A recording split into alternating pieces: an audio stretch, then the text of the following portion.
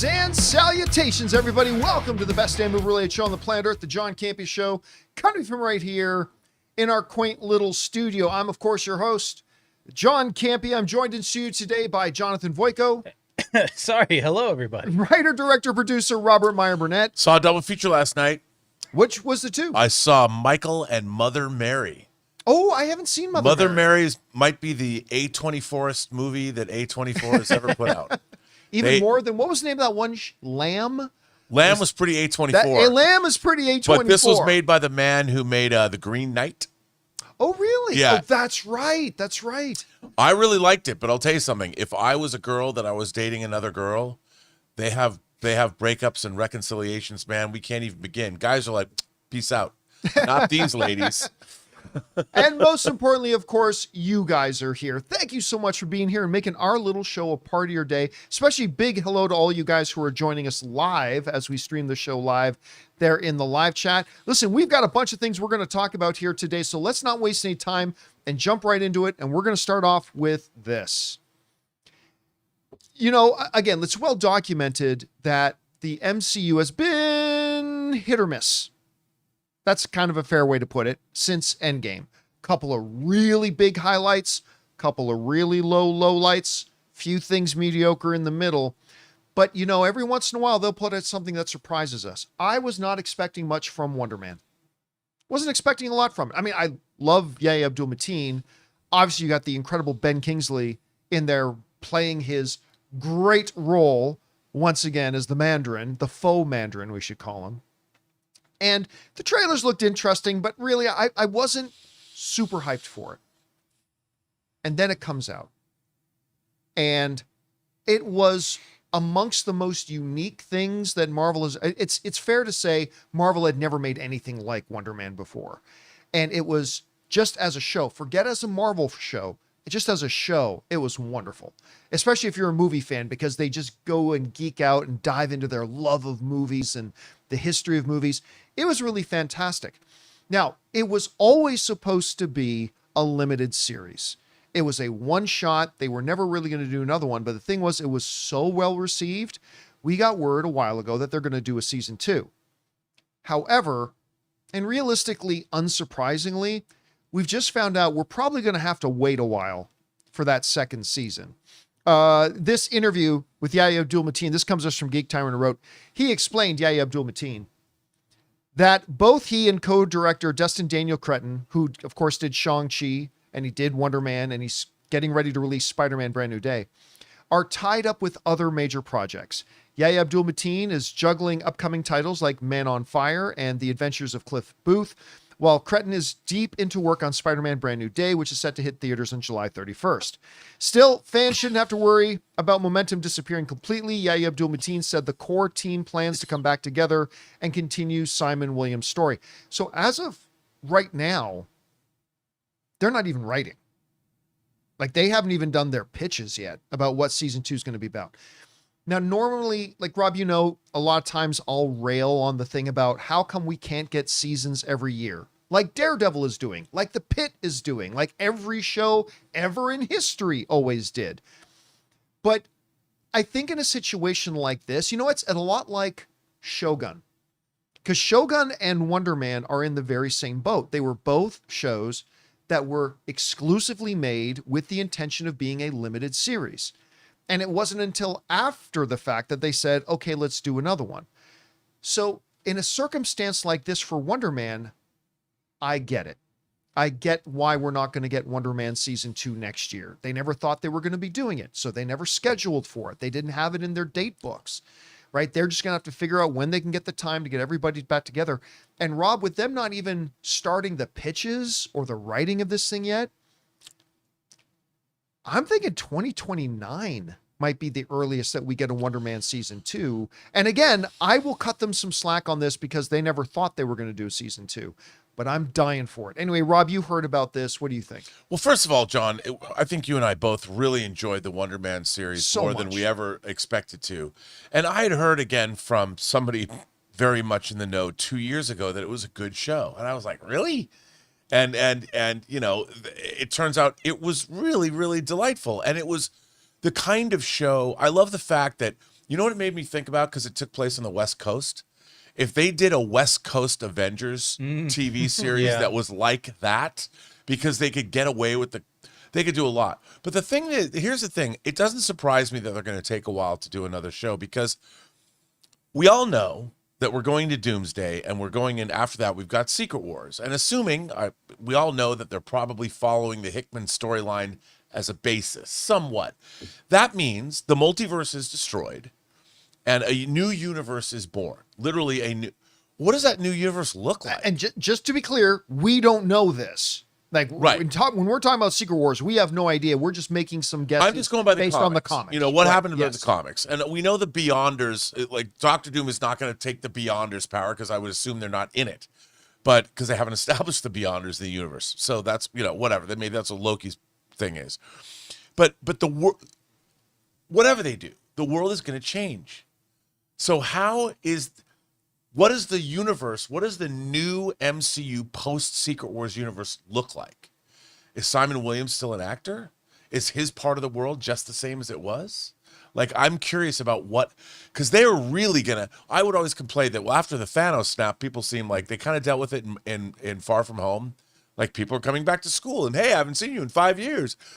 But after that, we didn't know anything. After going through that and the end of the universe with Doom, they've got to deal with what the real world is like. And Simon Williams could be a great way to do that. Like, you could have a conduit into the new Marvel universe by showing what is normal life, as long as Josh Gad comes back. The Doorman returns. Josh Gad will return in Avengers Doomsday. They should have said that. All right, guys. Question is for you. What do you think about this? We really enjoyed the Wonder Man series. Again, it was so different from a Marvel show. They just made a really good show. And I hope they're able to continue that with season 2, but it looks like we're going to have to wait a little while for that to happen. Whatever you guys think, jump down to the comment section below and let us know your thoughts. All right, guys. With that down, let's move on and talk about this, shall we? Well, one of the most anticipated films of the year is, of course, Christopher Nolan's The Odyssey. I can't remember how long ago, they put the tickets for the opening IMAX screenings on sale a year before the movie, and it sold out in hours. Doomsday thought that was Dune 3 thought that was such a good idea. They did it too, and again, sold out in hours. And so, really excited to see it. Now, Christopher Nolan is one of those directors likes to make his movies kind of long. The further along he gets into his career, it feels like the longer he likes to make his movies. But we talked about a report that came out a while ago from Christopher Nolan's partner, who said this one's going to probably be sub 3 hours. And we talked about that a little bit. But now Christopher Nolan himself has just come out and not only said explicitly this movie will be under 3 hours, but he's also given us a reason why it's going to be under 3 hours. Now, this comes us from the folks at Gizmodo Right. Speaking to the Associated Press, Christopher Nolan revealed that because the Odyssey is being shot entirely in IMAX, he is forced to make sure that the film runs under 3 hours, which was the length of his 2023 film that won Best Picture, of course.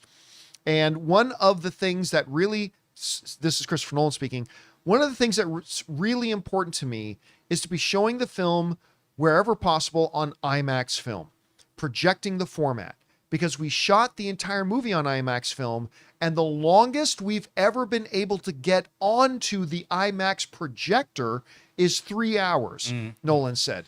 So we know it's less than 3 hours. I can say the film is shorter than Oppenheimer. It's still an epic. It's an epic film as the subject matter demands, but it is shorter. So, when we were talking before about Nolan's partner mentioning it's probably going to be under 3 hours, we were just like, oh, okay. I mean, that's a different direction for him, but maybe, there was some pressure to keep it a little bit shorter. But then again, maybe that's just how his story worked out. Every story has a runtime that's right for it. Longer is not better. Shorter is not better. Every movie and every story has a runtime, whether it's 90 minutes or 180 minutes. That's the perfect runtime for it. And we thought maybe that's it. But it sounded here like there was actually a technical reason. I want this on IMAX spools. IMAX spools can't handle more than 3 hours. So that's it. I have to make, and you know, Rob, this is the first time I'm sure it's not the first time it's happened, but it's the first time I can recall of ever hearing a filmmaker limiting themselves or giving themselves, you know, bridges based on some technical issues that they have to follow. So it's like hell or high water. I can't make this longer than 3 hours because the IMAX projector can't handle it. And it's a physical limitation, not a philosophical one. Right. And I again, I'm sure that's happened before. I just can't recall ever hearing about that. So anyway, Rob, you hear about this. What stands out to you? What's interesting to you in this? Well, I think, first of all, it's just amazing. I'm thinking, how did they make that experimentation? Did they do like, let's try 3 hours and 5 minutes. Let's try 3 hours and 4 minutes. But I think that the Odyssey by definition is more of an action-packed, it's a different kind of a movie. So I would imagine that its shorter runtime doesn't make any difference to the fact that it feels like an epic. It feels like an epic when you watch the trailer. You know, it's got that real feel to it. And I can't remember if I asked you, have you seen that Trojan Horse prelude? Oh yeah, the long IMAX trailer. Like, yeah, that enough is like, and it moves so quickly that I would imagine that I would think that this movie, maybe breakneck is not the word, but it's going to have that kind of a pace to it. It's because it's essentially, it's an action film, kind of. I mean, it's an action quest, adventure, journey film. So I would imagine that it's probably going to move along at quite a nice clip. So it doesn't surprise me this is less than 3 hours. I mean, but I'll tell you one thing. The more I see of this movie, the more I want to see it, all of it. Get it in my belly. I'm telling you what, man. Like, between the Trojan Horse sequence and the opening 8 minutes of Dune 3 that they showed us at CinemaCon. Guys, we are eating good this year. And like, that's not even to mention Spider-Man or Doomsday, or like, just between that Trojan Horse sequence that they put out for Odyssey and the first 8 minutes, which I don't know if they'll release that publicly or not at some point, but if they do, oh my God, like, between these two movies, I think these are the two best picture frontrunners right here. I think it's the Odyssey, and I think it's well, I just like the Dune 3. You know, John, my favorite word, verisimilitude.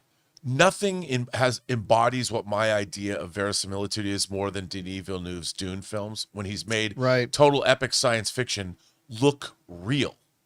And that opening of Dune was hella real, my friends. I mean, that was I was slack-jawed watching that. Just like, I think the whole audience was stunned into silence. We were stunned. The whole audience, this is the way I described it to a buddy of mine. I felt like everybody in the audience watching it had paralysis. Like, just, you're watching this and I think I realized about 6.5 minutes into the 8 minutes that I hadn't moved in 6.5 or 8 minutes. Dude. Like, not a muscle. Like, oh my God. It's just those rail guns. And I mean, we're seeing things presented in a way we've never seen before.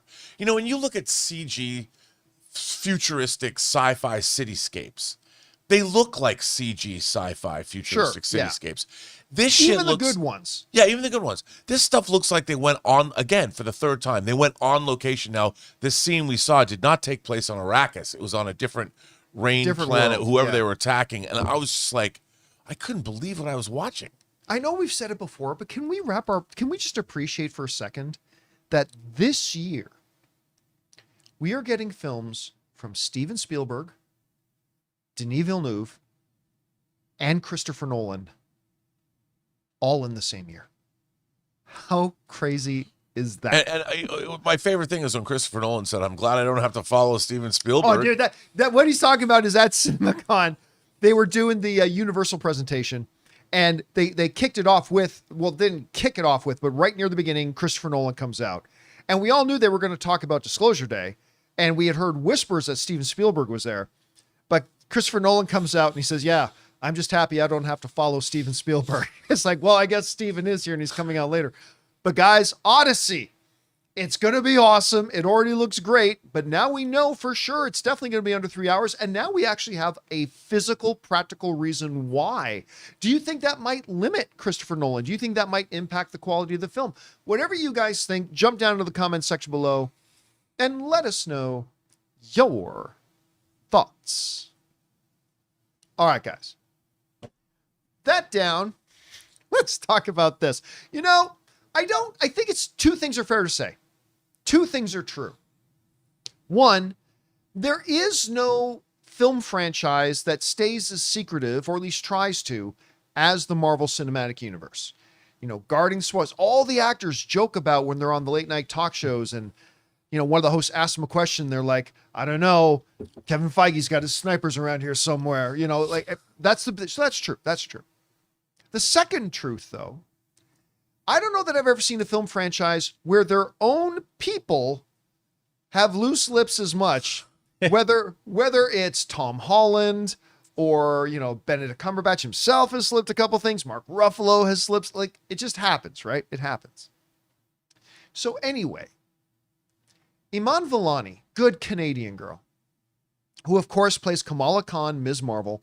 God, by the way, God, I still think Ms. Marvel is like the second best show that Marvel's in. I love that. It's just charming and delightful, and it's so John Hughes transported to today. I loved it, and I really love her. I thought she was the best part about the Marvels. I really enjoy her character, particularly her family.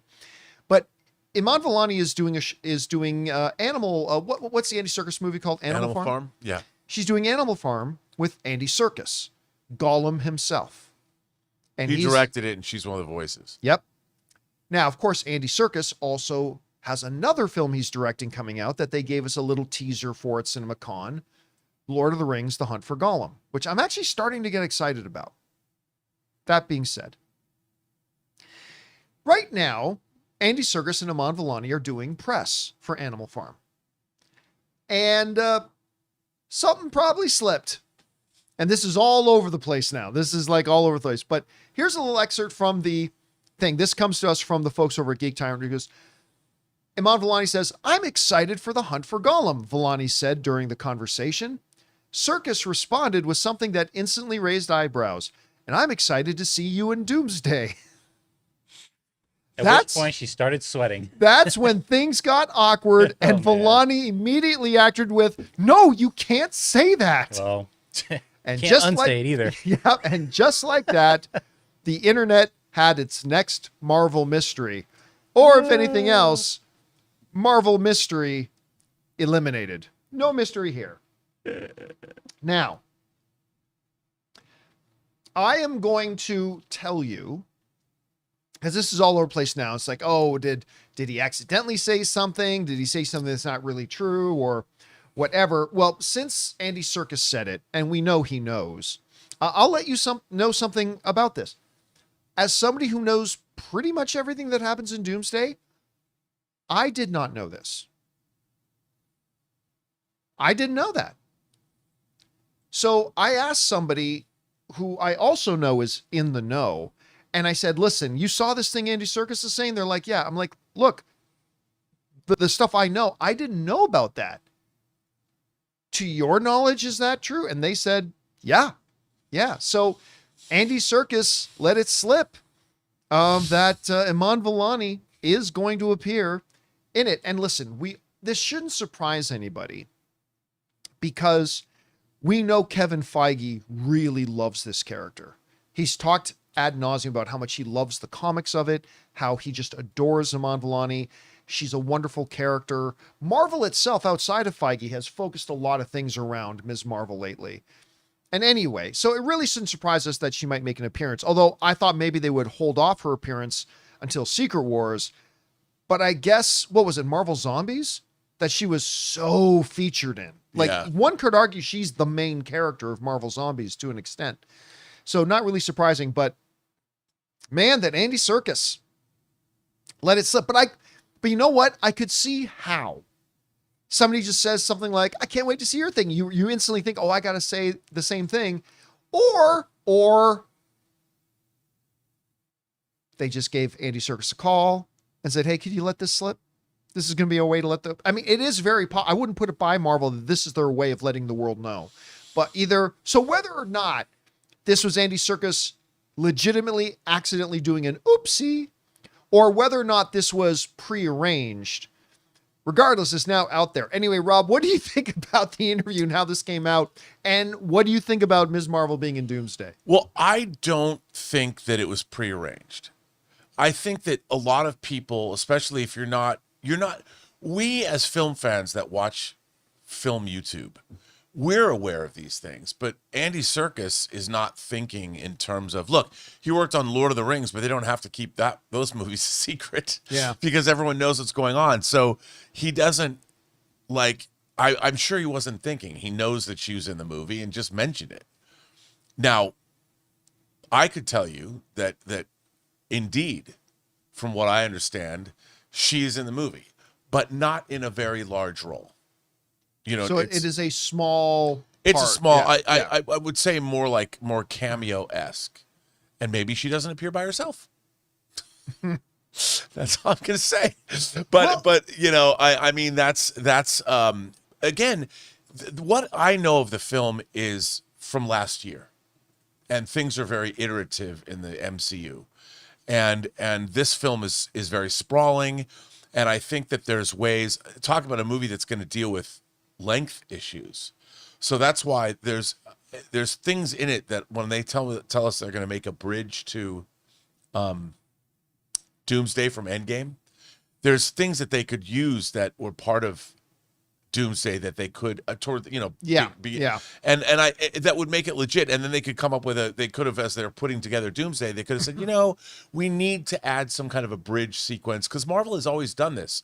They cut the movies together. They're very iterative. They're like, we can, and they build it into the budget. They're going to have reshoots, pickups, whatever they want to call them, and they're going to do it to make the films better. They've always done that. In the case of movies like Captain America, Brave New World, the movie wasn't working. This, I don't think with Doomsday, that's the case. I think with Doomsday, they already had something that was very strong going into it. And then as they caressed it, because it's so monstrously huge, that they figured out ways that, okay, we could do things this and do things there. But I think that she was always in it. I think she was always a part of it. But it's not a... This brings, and you and I talked about this a little bit before the show started, this brings back memories of, you guys remember a year and a half ago when those alleged concept art pieces came out? And we all remember one of those big concept art pieces that have been debunked, but maybe there was some truth to them, was Iman Vellani, Kate Bishop, Ant-Man's daughter, Cassie, and there was a fourth. I can't remember who it was, but there was the one image where I don't know, maybe that's the quick scene. Maybe that's what's in there. You never know. We'll have to find out. Anyway, or guys. Maybe we do. Or maybe we do know. Question is for you. What do you think about this? Andy Serkis, who has been in the MCU, let an oopsie slip, or was it an oopsie? Was it by design? Who knows? Whatever you guys think about all this, jump down into the comment section below and let us know your thoughts. All right, guys. With that down, we still got a couple other things we need to talk about here, including, I can't believe it, May is nigh. May is basically here. It is time for us to talk about our most anticipated films for the summer of 2026. We're going to run those down, and confirmed by the director himself, Spider-Man Brand New Day test screenings have happened, and the reactions to those test screenings have been defined to me as beyond excellent. We're going to talk about that and a couple things more. But before we do, we're going to take a quick second to thank the sponsor of today's episode of the John Campea Show, our friends at Pocket Hose. We want to take a second to thank a sponsor of today's video, Pocket Hose. Guys, I'm excited to tell you about the world's #1 expanding garden hose and their brand new product, the Pocket Hose Ballistic. As you guys can imagine, I'm not exactly gentle with my gear. I drag hoses across concrete over the pool, yank them around corners. I even coil and uncoil them all the time to put them in my camper van when I go out on my movie meetups. And generally speaking, a lot of them don't last. But the Pocket Hose Ballistic has been a totally different story for me. It's incredibly durable, super lightweight, and just makes the whole job easier. One of my favorite things is how simple it is to use. You turn the water on, it expands. Turn it off, it shrinks right back down to pocket size. And it's reinforced with a liquid crystal polymer, the same kind of material used in bulletproof vests. Plus, it comes with the pocket pivot, which gives you 360-degree rotation at the spigot so it moves with you instead of fighting against you. And now, for a limited time, when you purchase a new Pocket Hose Ballistic, you'll get a free 360-degree rotating pocket pivot and a free thumb drive nozzle. Just text Campea to 64,000. That's CAMPEA to 64,000 for your 2 free gifts with purchase. Text Campea to 64,000. Message and data rates may apply. And thank you to our friends at Pocket Hose for sponsoring today's episode of the John Campea Show. All right, guys. With that down, let's move on to this. Well, as of today, it's April 29th. We're nearly at the end of the month, which means the official beginning of the summer movie season in May. It's crazy how fast May has gotten here, actually. I feel like we just celebrated New Year's. Oh, my God. I feel like we just celebrated New Year's. But that brings up a big list of the movies of 2026. And there's a lot of them coming out this summer between now and the end of August. So I thought I would pull together, and Rob, I know you did too, my top 10 most anticipated of this year. And, once I put the list together, because there's a lot of films I'm looking forward to that are after the summer, but I was actually surprised how many are in the summer that I'm really excited about. So we're going to start off my list starting all the way down at number 10. At number 10, yes, it made my list, even though I've mocked it a bit. Moana, the live action Moana. Listen, as much as I didn't really like that first trailer, or that main trailer they just put out, it's still Moana. I love the story so much. I think this young girl is going to crush it in the role. I think the music's still going to be delightful. I wish I could have it higher on my list, but like I said, that trailer just sapped a little bit of my energy for it. But I'm not going to lie, I'm still looking forward to it enough that I've got Moana, the live action version, in my number 10 spot. At number 9, The Devil Wears Prada 2. Now, again, I know some people might think I might have had this higher on my list because I keep saying about how legitimately solid and really good that first movie is. And that's true. That's why it's on my list. But the fact remains, I am still not the target demographic. It's not like I'm like counting down the days and texting my buddies saying, when are we getting our tickets for Devil Wears Prada 2? But it is something I'm really looking forward to see it. And the reviews have been pretty solid. It all looks good. I love Anne Hathaway. You got the greatest actress of all time. You got the Tooch. I mean, so why not? So Devil Wears Prada 2. Super Tooch, John. Yeah, according to it's What's Super that? Tooch. Super Tooch. Super Tooch. Devil Wears Prada 2 is my number 9 in most anticipated of the summer. That opens up, of course, in just tomorrow. Really opens in theaters everywhere tomorrow. At number 8, the Tooch Gang will show up for this. At number 8, coming out on June 5th, He-Man and the Masters of the Universe. At first, I'm like, at last they're doing the Masters of the Universe. And I'm like, how on earth do you do Masters of the Universe? And then we found out Travis Knight was doing it. I'm like, okay, I'm on board. First trailer came out. I mean, we saw the first stuff for it at CinemaCon last year. We're like, this could be really good. I wasn't a big fan of the latest trailer, but then the newest stuff they showed us at CinemaCon kind of renewed my hope. So I've got Masters of the Universe all the way up at number 8 on my list. Okay, so once again, Moana number 10, Devil Wears Prada 2 number 9. At number 8, I've got Masters of the Universe. That opens up on June 5th.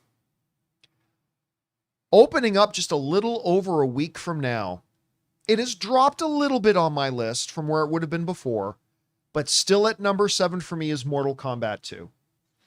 I have loved the trailers. The first reactions have been fantastic. I would have had it maybe 2 or 3 spots higher, except the CinemaCon presentation for it, I didn't love. So still on my list, knocked down a bit. I mean, look, we got Carl Urban in there, who I am loving in The Boys. So, I mean, there's a lot of reasons to like it. I get Hiroyuki Sanada. It looks like they're taking it with a better approach than they did with the last one, because I really didn't like the last one at all. So while it's not as high as it once was on my list, coming in at number 7 for my most anticipated films of the summer, Mortal Kombat 2. Once again, that opens on May 8th, just a little over a week from now. Okay. That brings us up to number 6, where the goat of all goats, take a damn knee when this man's name is mentioned, Steven Spielberg's new film, Disclosure Day, opening up on June 12th. This is one that has moved up my list because I'm not going to lie, it's Steven Spielberg, so I've been excited. It's going to be on my list, but I haven't exactly been, clawing at the door to get into the theaters to go see it. But then they showed us the CinemaCon presentation of it, and I salivated. I'm like, okay, this looks damn good. And I got really excited for it. And of course, it's Steven Spielberg. Despite the fact that I know Steven Spielberg is the greatest of all time, like by a mile, I still have this habit of doubting him. When he was doing West Side Story, I'm like, what the hell are you doing? For a whole year, I'm like, what the hell is Steven Spielberg doing? Why are you doing West Side Story? It was, I think an argument could be made it was the best movie of that year. It was like that good. And then Disclosure Day, again, I'm starting to doubt him a little bit. And then I see this presentation at CinemaCon. It's like, maybe one should not be in the doubting Steven Spielberg business. That might not be a good business. So Disclosure Day, all the way up at number 6 for me. That opens on June 12th. Now we get into the top 5. And at no point in the last year has this next film been in my top 5. But post CinemaCon, it is now. At number 5, coming out on May 22nd, The Mandalorian and Grogu. I lamented before that I can't even imagine the fact that there's a Star Wars movie coming out and it's not amongst my most anticipated films of the year. But that's just the reality. I mean, you're basically taking a glorified episode of a TV show that did not end well with a bad season 3. And Rob, I'll be honest with you. I'm not even 100% sure 3 weeks ago, Mandalorian would have even been on my top 10. I'm with you. Not even on my top 10. But then they showed us the first 17 minutes of the movie. And you know what? It hooked me. I tuned in with the wavelength they were going for. I kind of got swept up in the adventure of it. It didn't just feel like a thing being shot on the volume. It actually felt kind of cinematic, whereas a lot of the trailers, to me, it felt very television. The opening 17 minutes felt kind of cinematic to me. I got swept up in the adventure of it. It really recaptured that sense of adventure that is what true Star Wars really is at its core. And it won me over. Not enough to go much higher, but it went from like 10 or 11 or 12 on my list all the way up to number 5 like that. So opening up in a few weeks at number 5 for me, The Mandalorian and Grogu. At number 4, and I'm actually surprised this is as low on the list as I have it. You've Got a Friend in Me, Toy Story 5. This is the movie franchise that everybody complains about when there's a new one coming, and then the new one comes out and it's excellent and is a huge success. And sure enough, Toy Story 5, same story. They announced Toy Story 5 just like they did with 2, 3, and 4, and everybody went, why? Why are you doing a 2? Why are you doing a 3? Why are you doing a 4? Why are you doing a 5? And yet they just keep producing really great stuff. And the presentation they gave us at CinemaCon, God, man, it just took me back. Like, when did the first Toy Story come out? 20 years ago? Yeah. Like, more than 20 years 30 ago? years ago. 30 years ago? ago? Was it 95? Oh my God. Yeah. Later? I was watching this again and they showed us all this stuff at CinemaCon and I felt like I did 30 years ago watching Toy Story for the first time. It was just wonderful. I think this movie is going to be great.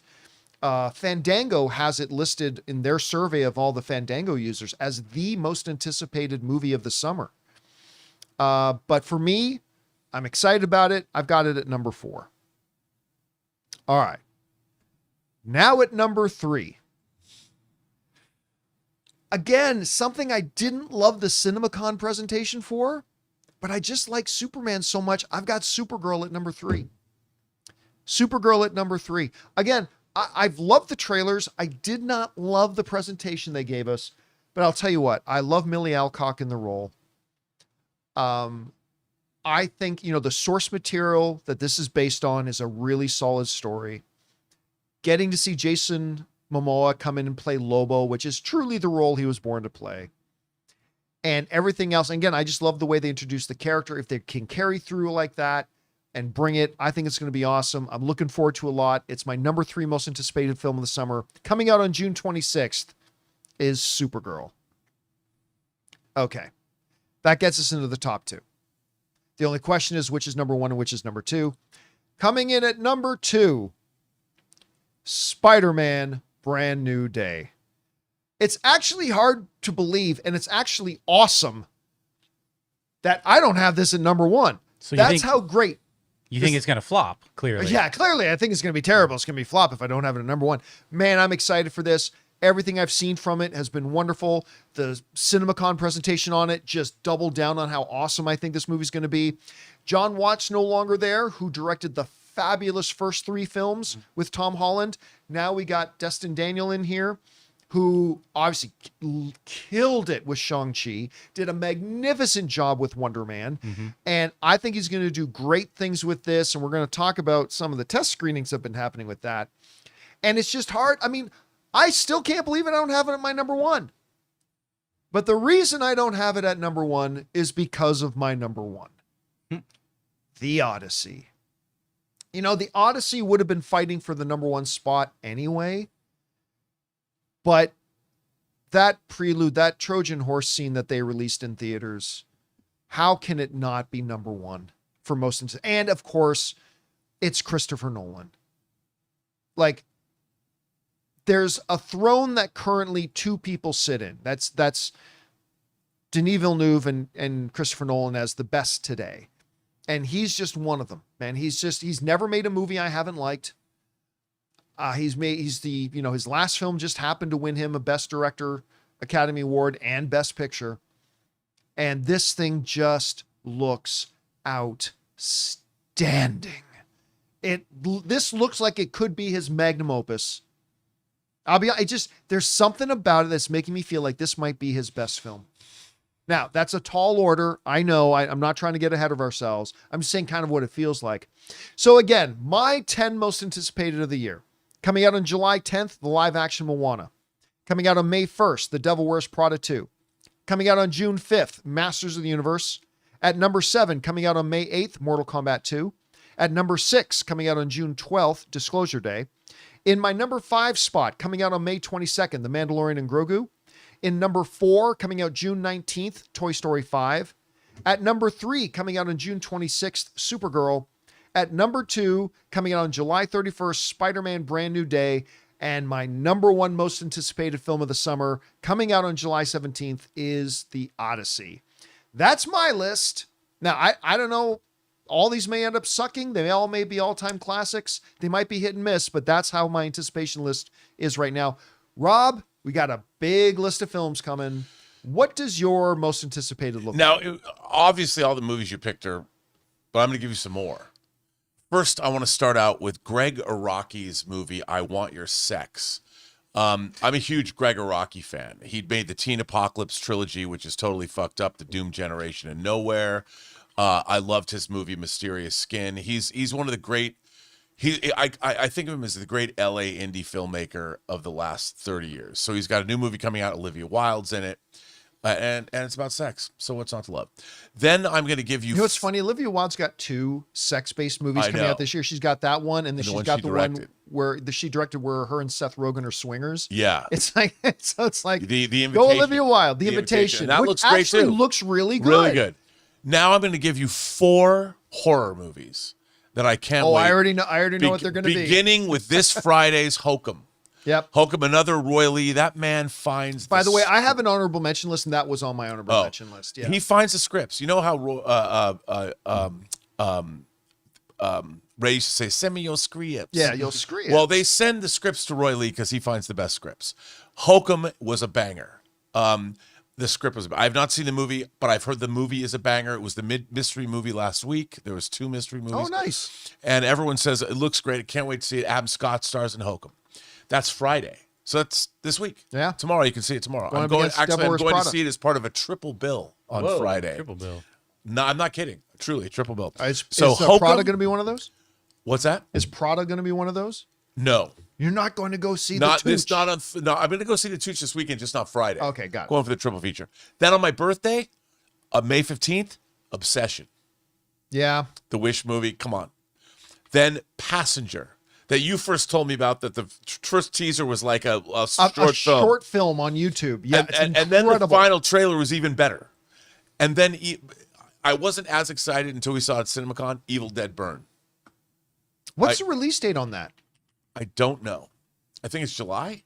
Is it July or? For some reason, I thought it was October. I could be wrong. And Though. You maybe. might be right, and I Am might I be wrong wrong? on that. I'll have to look that up. Evil Dead Burn. So what is that? 5 movies right then and there? Yeah. See, now I can't even decide, but I will say this. I want to see Masters of the Universe.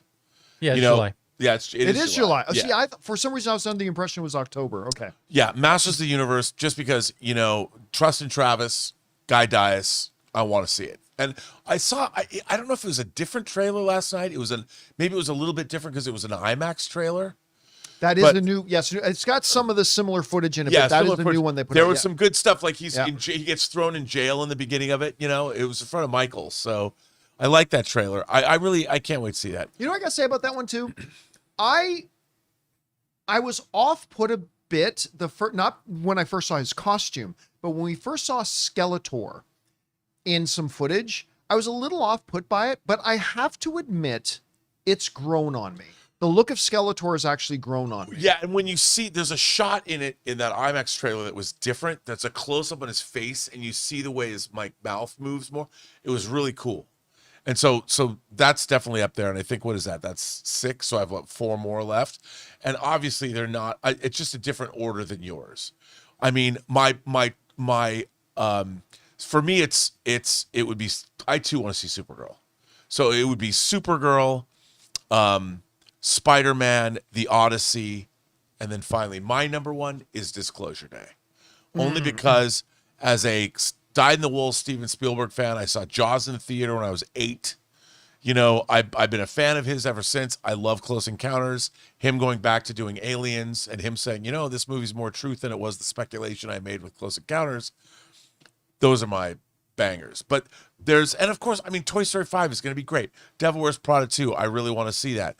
Mortal Kombat 2, I want to see that. But I'm more, because I'm the horror guy, there's 4 what look to be bangers. Yeah. And we know that Hokum is a banger already. And everyone has seen Obsession. Everybody I've talked to who've been at festivals think it's incredible. Like, it's one of the best times at the movies ever. And then Passenger just looks really good. And after we saw what we saw at CinemaCon for Evil Dead Burn, count me That in. looks so nutty. It looks so good. That looks like the most Evil Dead has ever been. And it really does. Evil Dead are gonna Evil Dead. It looks great. And then there's so much other stuff I'm not mentioning, like smaller stuff that I'm really looking forward to. It was like going to see Mother Mary last night. I knew I wanted to see it. I honestly really didn't know what it was about. And I know that from the director of, The Green Knight, which I love. But I'm sure there's another A24 movie I'm missing, and I'll go see that. And I'm sure Blumhouse. I don't know when the Jessica Chastain movie comes out, The Second Mother or Second Mommy. That's later. But we saw that at It's not this CinemaCon, summer. and I'm like, count me in. I guess Social Reckoning is not this. It's probably holiday. It's later, yeah. But, there's a lot of great stuff coming out this summer. By the way, you're talking about Steven Spielberg. I do want to throw this in. So for any of you guys who watched our CinemaCon coverage, we had, my buddy came along that you hear me reference all the time, my buddy Soul Video. He came. Now, he's the guy who was my very first producer when I came to LA.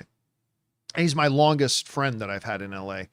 But he's the guy whose girlfriend of like 5 years, Jenny, she's one of the main curators of the Academy Museum. She's the one, you guys have probably seen all the news about the big Jaws exhibit. That's her exhibit.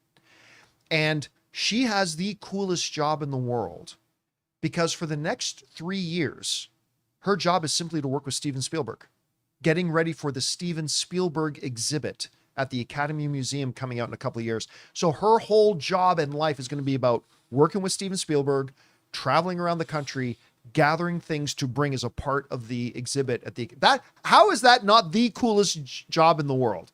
It's the coolest job in the world. Absolute coolest job in the world. Anyway. All right, guys. Question is for you.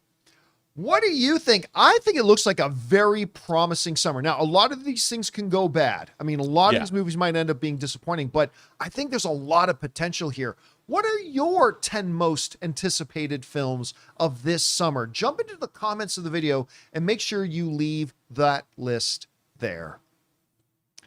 All right, guys. With that down, let's move on to this, shall we? Spider-Man, brand new day. It's coming.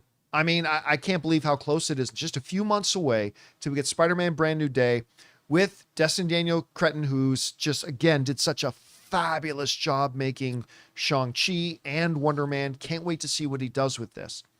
Now, you guys know that one of the truths I try to impart to all of my film brethren is whenever you see a report about test screenings, don't believe them.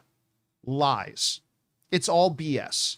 Unless it's actually coming from a studio exec, the director, or an actor in the film. If you say, well, I saw somebody wrote on Reddit that there was a test screening and everybody pooped in their seats, don't believe them. It's always BS. Sounds like a good movie. What's this movie that will make me defecate in the theater? But every once in a while, a legit one comes around when an actual person involved in the movie straight up says explicitly, yes, this happened. So here's an interesting thing about Spider-Man Brand New Day. I was talking to somebody a couple of days ago who let me know that there had been a couple of test screenings. And the word they gave me was that the reactions have been better than they hoped and beyond excellent has been the response. That's what they said. Now, we didn't talk about that on the show because I don't have Tom Holland saying these test screenings. It's just the person I talked to is pretty well connected, but it's not them. Well, now we can, because the director himself has come out and confirmed these test screenings.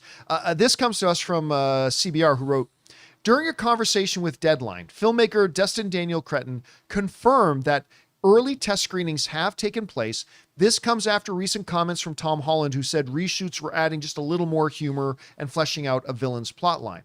Destin said, I can't say what happens, but I am very, very excited about the movie, Cretton said. I'm really excited about the small test screenings and how it's connecting with the audience. Of course, it's a big blockbuster. It's super fun. It's got all the heart and humor you'd want from a Spider-Man movie. Now, of course, on one hand, this is chef saying, my dish is delicious. The director says, his movie is awesome. Yeah, news and water wet. But that's not the part I'm focusing in on here. What I'm focusing in on here is now that Destin Daniels come out and publicly stated, yep, these test screenings are happening. Super excited about them. I can tell you that the person well connected with all of this told me about these test screenings before. And again, the two main takeaways were, number one, the responses from the test audiences have been better than they were even hoping for. And the short descriptor was excellent. Excellent. Rob, we've seen a bunch of footage now from Spider-Man because of all the stuff they've put out online, the presentations we've had at CinemaCon. And I think one of the things that you and I both feel, I think we might have talked about this in Vegas, is that you can feel the shift in tone, right? From Homecoming, No Way Home, Far From Home, which was, Spider-Man in a different place in his life. He was younger. He's a high school student. It's pre the spell, all that kind of stuff. And you can kind of feel in the scenes that we've been able to witness, there's a tonal shift, which you can also expect when a director changes, but it feels appropriate. It feels right. It feels earned, because Peter is in a completely different place in his life right now, not only because of the spell, but he's now no longer just a high school kid. Ned and MJ also in a completely different place in their lives right now. It's all moved on and moved forward. Oh, and we've got the Punisher. It's thrown in there for good measure. So I think everybody has kind of been anticipating a really good Spider-Man movie.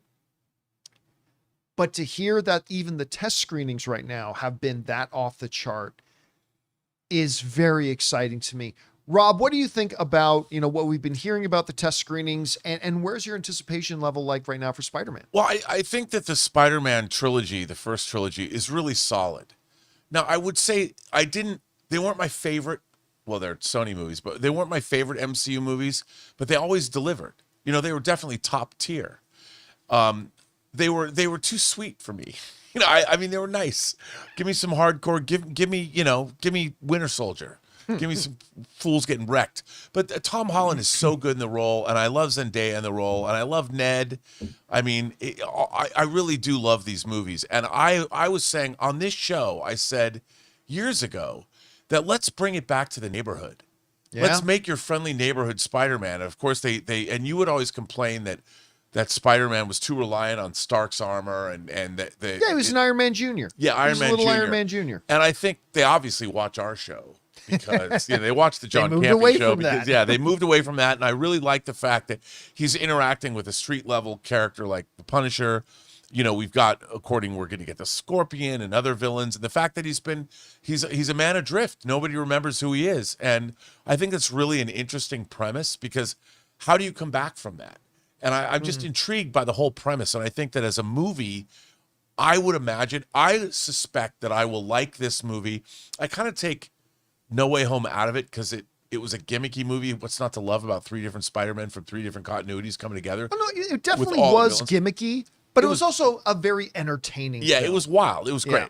But I think I'm not going to say this movie's like Winter Soldier, but even if you took the MCU of Winter Soldier out and you just made it characters that weren't superheroes. It's a 70s political thriller. Yeah, and I love that.